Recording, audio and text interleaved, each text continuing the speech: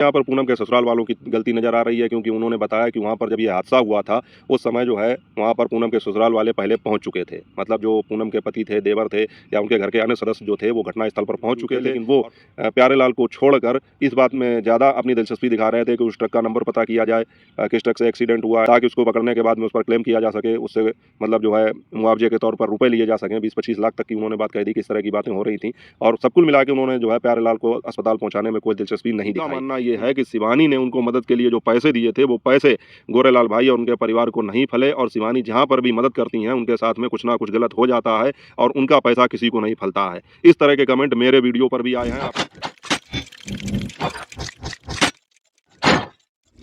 नमस्कार YouTube family, स्वागत है आप सबका फिर से मेरे एक और नए वीडियो में। मैं हूं अमित और आप देख रहे हैं आप सबका अपना YouTube channel Amit Sangeeta blog. और साथियों, मेरा कल का वीडियो आप लोगों ने देखा होगा जिसमें हमने बात की थी कि गोरेलाल भाई के जो भतीजे और भतीजी प्यारेलाल और पूनम का एक्सीडेंट हो गया था और इस हादसे में दोनों की मृत्यु हो गई थी। तो उनको लगभग 1 महीना हो चुका है पूरा, और इस हादसे के बाद में अभी क्या हुआ है, रिसेंटली गोरेलाल भाई पूनम की ससुराल में जाकर पूनम की दहेज में दिया हुआ सारा सामान जो है वो वापस ले आए। इसकी चर्चा काफ़ी जो है सोशल मीडिया पर फैली हुई है। कल जब तक मैंने वीडियो डाला था तो इतने वीडियो नहीं आए थे, बस इंस्टाग्राम पर पूनम के जो देवर हैं उन्होंने कुछ रील्स डाली थी अपने अकाउंट पर, और उसमें ये बात लिखी थी कि पूनम भाभी का सामान वापस उनके मायके मतलब ले जाते हुए, और गोरेलाल भाई को हमने वहाँ पर देखा था। उसकी मैंने क्लिप भी लगाई थी कल के वीडियो में, आप लोगों ने देखी होगी। और इंस्टाग्राम पर जो उन्होंने वीडियो पोस्ट किए थे उस पर बहुत सारे कमेंट आ रहे थे। बहुत सारे कमेंट गोरेलाल भाई के पक्ष में भी थे कि लोग ये कह रहे थे कि गोरेलाल भाई ने जो किया वो बिल्कुल सही किया।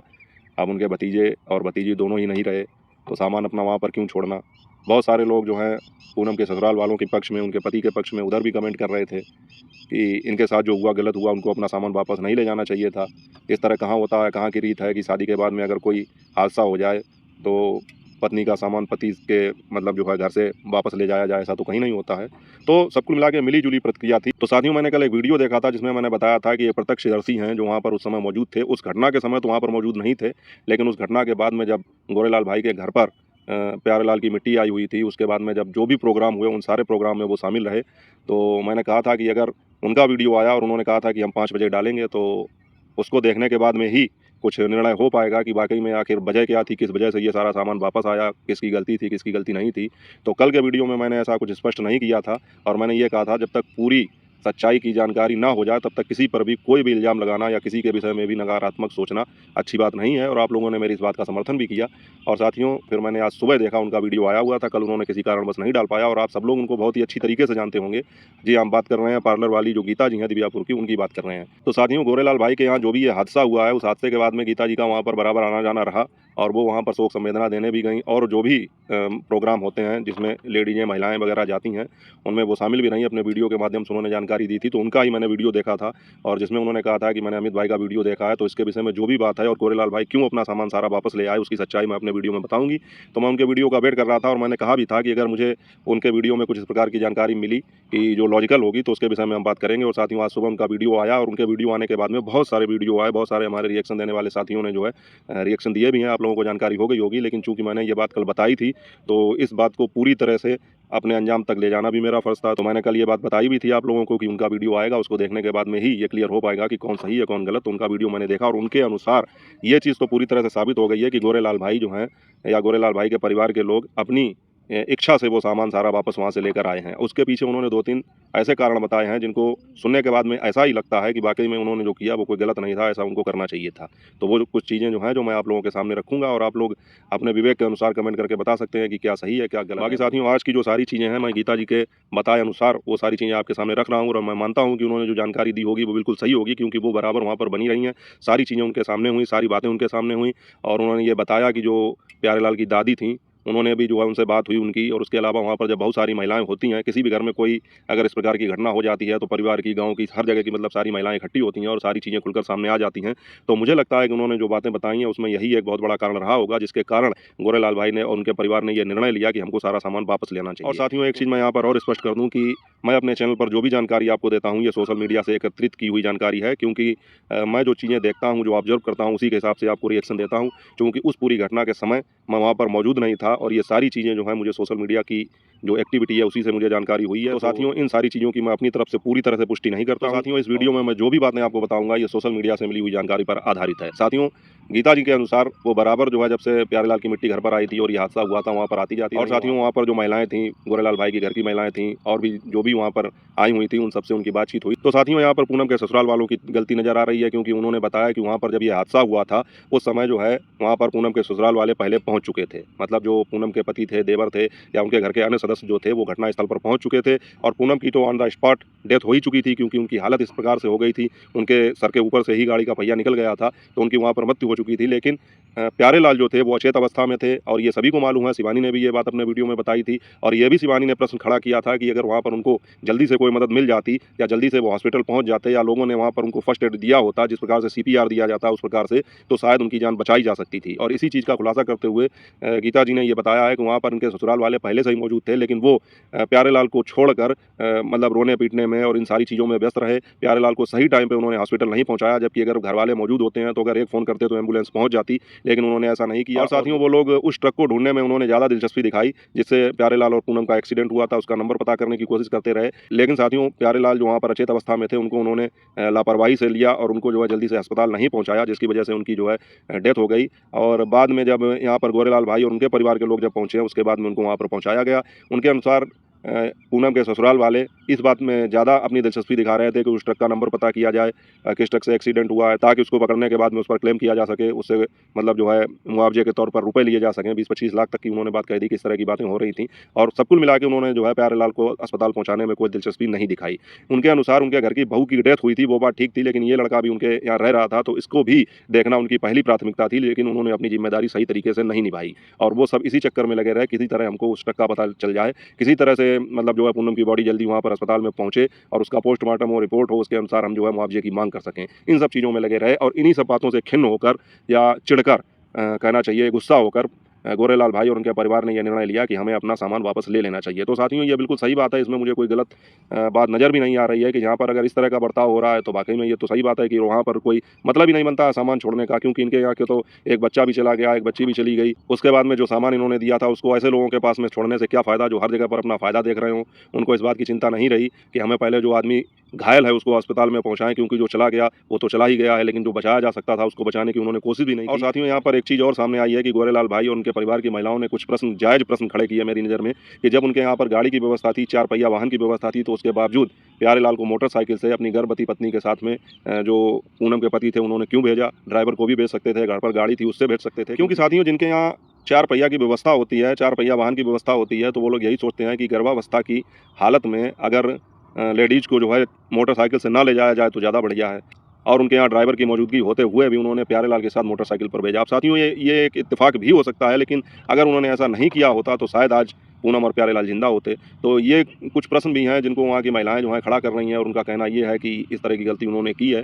जिस वजह से ये लोग जो है पूरी तरह से ये मानते हैं कि पूनम के ससुराल वालों की लापरवाही की वजह से ये सारी दिक्कतें हुई हैं। तो साथियों गीता जी की बातों से पूरी तरह से ये स्पष्ट हो रहा था कि गोरेलाल भाई और उनके परिवार के लोग ऐसा मानते हैं कि इन दोनों की मृत्यु का कारण प्रत्यक्ष या अप्रत्यक्ष रूप से पूनम के ससुराल वाले ही हैं। उनकी लापरवाही की वजह से इनकी जान गई है और वो लोग पैसे के मतलब जो है पीछे ज़्यादा भागते रहे और उन्होंने ध्यान नहीं दिया, नहीं तो प्यारेलाल की जान बचाई जा सकती थी। तो इन्हीं सब बातों से खिन्न होकर या गुस्सा होकर गोरेलाल भाई और उनके परिवार ने यह निर्णय लिया कि हमको अपना पूरा सामान वापस ले लेना चाहिए। और ये निर्णय मुझे भी कहीं से अब गलत नज़र नहीं आ रहा है, क्योंकि जो कुछ भी नुकसान हुआ है, जो कुछ भी हानि हुई है वो गोरेलाल भाई और उनके परिवार की हुई है। उनके यहाँ क्या है, पूनम के ससुराल वालों के यहाँ थोड़ी देर का मातम रहा, पूरी ज़िंदगी को तो कोई उस मातम को मनाएगा नहीं, क्योंकि वो लड़की दूसरे घर की थी, वो लड़का दूसरे घर का था। कुछ दिनों बाद वहाँ पर सब सामान हो जाएगा या हो गया होगा, वो अपनी दूसरी शादी करेंगे, तो वहाँ से जो सामान आएगा उसको जो है वो मेंटेन करेंगे और इस सामान की नाकदरी हो जाएगी। तो इस वजह से हो सकता है ये सारी चीज़ें सोचकर गोरेलाल भाई ने और उनके परिवार ने ये निर्णय लिया कि अब वो सामान वापस लाना चाहिए और इसी हिसाब से वो सामान वापस आया। अब साथियों यहाँ पर कुछ लोग ये भी प्रश्न उठा रहे हैं, कमेंट भी आ रहे हैं कि शिवानी अब क्यों नहीं वीडियो बना रही हैं। तो शिवानी कहाँ से वीडियो बनाएंगी भाई? ये गोरेलाल भाई, उनके परिवार और पूनम के ससुराल वालों के बीच का मामला था, उसमें शिवानी बीच में कहाँ से आ गई? ना शिवानी घटना के समय मौजूद थी, ना इन सारी चीज़ों में मौजूद थी, तो शिवानी उस पर क्या वीडियो बना दे। लेकिन गीता जी के अनुसार शिवानी का वीडियो आएगा, जैसा कि मैंने कल के वीडियो में भी आपको बताया था कि शिवानी को इस पर कुछ ना कुछ थोड़ा बहुत हिंट्स देना चाहिए, क्योंकि ये मामला अब सोशल मीडिया पर काफ़ी चर्चित है। तो साथियों मुझे लगता है कि गीता जी के बताए अनुसार हो सकता है शिवानी का कुछ वीडियो आए, उसके बाद में और ज़्यादा स्थिति जो है वो स्पष्ट हो जाएगी कि आखिर में कारण क्या था और किस वजह से ये सारी चीज़ हुई है। अब साथियों एक चीज़ मैं और बता दूं आपको कि मेरे पास भी कमेंट आए और मैंने कुछ अपने साथी क्रिएटरों के वीडियोज़ पर भी वो कमेंट देखे और उन्होंने बात की कि कोई महिला हैं मेरे पास भी अब वही हैं या कोई दूसरी हैं जिन्होंने कमेंट किया है, उनका ऐसा मानना है और उनका ये लॉजिक कितना गलत और कितना असंवेदना से भरा हुआ है। उनका मानना ये है कि शिवानी ने उनको मदद के लिए जो पैसे दिए थे, वो पैसे गोरेलाल भाई और उनके परिवार को नहीं फले और शिवानी जहाँ पर भी मदद करती हैं, उनके साथ में कुछ ना कुछ गलत हो जाता है और उनका पैसा किसी को नहीं फलता है। इस तरह के कमेंट मेरे वीडियो पर भी आए हैं। आप लोग जाकर कल के वीडियो में देख सकते हैं। बताइए ये कौन सा लॉजिक हुआ? तो मतलब ये है कि सोशल मीडिया पर इस तरह के लोग हैं कमेंट करने वाले, इस तरह की सोच रखने वाले लोग भी हैं कि उनकी मानसिकता को आप किसी प्रकार से चेंज कर ही नहीं सकते हैं और चेंज करने की मुझे लगता है कोई आवश्यकता ही नहीं है, क्योंकि ये तो वही बात हो जाएगी कि मतलब जो है आप अपना समय व्यर्थ करेंगे लेकिन उनकी समझ में कुछ नहीं आएगा। बताइए ये भी कोई लॉजिक हुआ? इस हिसाब से देखा जाए तो शिवानी ने तो बहुत सारे लोगों की मदद की है, तो इसका मतलब ये हुआ कि सबके साथ कुछ ना कुछ दुर्घटना हो जाएगी या होनी चाहिए थी। अरे भाई, जिसकी जहाँ पर जैसे आई थी वो वैसे चला गया। ये तो सब समय और भाग्य का चक्र है, इसमें शिवानी का क्या दोष हो गया? लेकिन जिनको शिवानी और उनके मैनेजमेंट का विरोध करना है और जिनको शिवानी से खास कोई जाति दुश्मनी है, तो वो इस प्रकार की बातें करने में बिल्कुल पीछे नहीं हटते हैं। कोई ये कह रहा है कि शिवानी को बोलना चाहिए, अब वीडियो नहीं बना रही हैं। कोई ये कह रहा है, अब उनका मतलब ये है कि शिवानी अब वीडियो इसलिए नहीं बना रही हैं क्योंकि अब जो है शिवानी के पक्ष की बात आ गई। गोरेलाल भाई और शिवानी के परिवार की घनिष्ठता से हम सभी लोग वाकिफ़ हैं, तो उनका ये मानना है कि शिवानी और गोरेलाल अब एक ही पक्ष के लोग हैं, तो अब इन्होंने अगर कोई गलती की है वो सामान वापस लाकर तो शिवानी वीडियो क्यों बनाएंगी? उनका ये मानना है, जबकि शिवानी का इस मैटर से कोई लेना देना ही नहीं है। अब अगर शिवानी अगर समझेंगी तो कोई ना कोई इस पर हिंट्स देंगी या कुछ ना कुछ इस पर बात बताएंगी। लेकिन ये लॉजिक कहाँ तक उनका सही है कि बताइए कि शिवानी का पैसा जो लेता है उसके साथ गलत हो जाता है, जबकि हम सभी लोग जानते हैं कि शिवानी किस प्रकार से लोगों की मदद करती रहती हैं। और प्यारेलाल पूनम का जब एक्सीडेंट हुआ तो उन्होंने प्यारेलाल के लिए मतलब पानी की तरह पैसा बहाने को भी तैयार हो गई, अपना एटीएम कार्ड तक दे दिया और ये कहा कि पैसे की कोई चिंता है ही नहीं, मतलब पैसा वहाँ पर कोई मैटर कर ही नहीं रहा था। अभिषेक भाई खुद तमाम कैश लेकर अपनी जेब में घूम रहे थे, लेकिन होनी को कौन टाल सकता है? अब प्यारेलाल को नहीं बचाया जा सका क्योंकि भगवान की इच्छा ऐसी ही थी। तो मतलब यहाँ पर भी शिवानी को घसीट कर ले आना और इस प्रकार की बेसिर-पैर की बातें करना कि शिवानी का पैसा जो ले लेता है उसको जो है हजम नहीं होता और इस सारी चीज़ें जो हैं हो जाती हैं और शिवानी का पैसा ही मनहूस है। तो ये सारी चीज़ें कहाँ तक जायज़ हैं? बताइए, ऐसे लोगों के लिए मैं क्या कहूँ और उनसे बहस करने का कोई मतलब है ही नहीं। तो दोस्तों ये थी सारी बातचीत और मुझे लगा ही था कि अगर गीता जी वहाँ पर मौजूद हैं और उनके सामने सारी बातें हुई हैं तो वो जो बताएँगी तो वो लगभग सही होंगी। और मैंने जो ये सारी चीज़ें बताई हैं वो उनके वीडियो के आधार पर ही आपको बताई हैं, क्योंकि प्रत्यक्षदर्शी के रूप में मैं वहाँ पर मौजूद नहीं था। तो मेरे रिएक्शन में जो भी चीज़ें आपको पता लगती हैं वो सोशल मीडिया से एकत्रित की हुई जानकारी के अनुसार मैं आपको देता हूँ, लेकिन कोशिश ये करता हूँ कि हाँ, आपको मैं वही जानकारी दे सकूँ जो वाक़ई में सही हो। और मुझे लगता है कि गीता जी जब वहाँ पर मौजूद थीं और उन्होंने वहाँ के मतलब महिलाओं से, गोरेलाल भाई के घर की महिलाओं से बातचीत की है, तो उसी आधार पर उन्होंने अपनी ये बातें कही हैं। तो मुझे लगता है कि उन्होंने जो बताया है वो बिल्कुल सही होगा और इसी मतलब कारण से गोरेलाल भाई वहाँ से अपना सामान वापस ले आए। वरना साथियों, कोई भी व्यक्ति हो दहेज में दिया हुआ सामान, अपनी लड़की को दिया हुआ सामान इस प्रकार से वापस तो नहीं लाएगा, लेकिन वहाँ पर कोई बड़ा रीज़न ही था, तगड़ा रीज़न था जिस वजह से वो ये सारा सामान वापस ले आए और उनको ये कदम उठाना पड़ा। और मुझे लगता है कि उनका ये कदम जायज़ है, इसमें कोई गलत भी नहीं है, क्योंकि जो व्यक्ति आपके पक्ष में ना हो, जो व्यक्ति आपके साथ अच्छा नहीं कर रहे हैं, तो उनके पास में अब उनसे रिश्ता रख के या उनसे किसी भी प्रकार का लेन-देन रख के कोई मतलब नहीं है। और साथियों, यहाँ पर मैं एक बात और स्पष्ट कर दूँ कि जैसे प्यारेलाल की एंगेजमेंट हो चुकी थी, आप लोगों को पता है, तो इस विषय में भी वहाँ घर की महिलाओं में आपस में बातचीत हुई होगी और गीता जी ने ये बताया कि हमने खुद उनको ये राय दी जब वहाँ पर ये सामान ले जाने और लाने की बात हो रही थी। ये चर्चा साथियों तभी चल रही थी जब प्यारेलाल की डेड बॉडी घर में आई थी, उसके बाद में ये सारे जो कार्यक्रम हुए थे, तभी ये चीज़ें घर में चलने लगी थी, बातचीत होने लगी थी कि हमको ये सामान वापस लेना चाहिए और क्या करना है आगे, इसकी रणनीति बनने लगी थी। तो उन्होंने ये भी बताया कि प्यारेलाल की एंगेजमेंट जहाँ हुई थी, जिस लड़की से उनकी एंगेजमेंट हुई थी, वहाँ पर भी जो सामान लिया गया था शायद वहाँ से भी वापस आ जाएगा, जो भी सामान दिया हो, जो भी बातें रही हों। कारण ये था साथियों कि जब आजकल के बच्चों की शादी तय होती है, आजकल जो है लोगों की शादी तय होती है तो फ़ोन पर बातचीत करने ही लगते हैं, काफ़ी पहले से थोड़ा बहुत अटैचमेंट तो हो ही जाता है और उनकी तो एंगेजमेंट हो चुकी थी। तो मतलब ये कहना है उनका कि प्यारेलाल के ससुराल से कुछ लोग आए तो थे, लेकिन वो लड़की वहाँ पर नहीं आई थी और वहाँ से भी जो है सामान दिया गया, जो भी होगा वो भी वापस आएगा। तो ये सारी चीज़ें चल रही थी। देखिए साथियों, ये सब उनके पारिवारिक मैटर है, उनके घर का मामला है और उन लोगों के साथ जैसा हुआ होगा वो इस हिसाब से बिहेव करेंगे। तो साथियों, ये सारी पूरी जानकारी निकल कर आई थी, तो मैंने आप लोगों से कहा था कि अगर कोई बात पता चलेगी तो मैं आप लोगों को बताऊँगा। तो इसका मुख्य कारण यही रहा है कि पूनम के ससुराल वालों का बर्ताव जो है गोरेलाल भाई को या उनके परिवार को अच्छा नहीं लगा। इस वजह से खिन्न होकर या गुस्सा होकर उन्होंने सारा सामान अपना वापस मंगा लिया। तो साथियों, आप लोगों का क्या सोचना है इस विषय में कमेंट करके अपनी राय बता सकते हैं और बाकी वीडियो अच्छा लगा हो तो लाइक करके चैनल को सब्सक्राइब जरूर कर देना। मिलूंगा आपसे अगली अपडेट के साथ, तब तक अपना और अपनों का ख्याल रखें। जय हिंद, वंदे मातरम।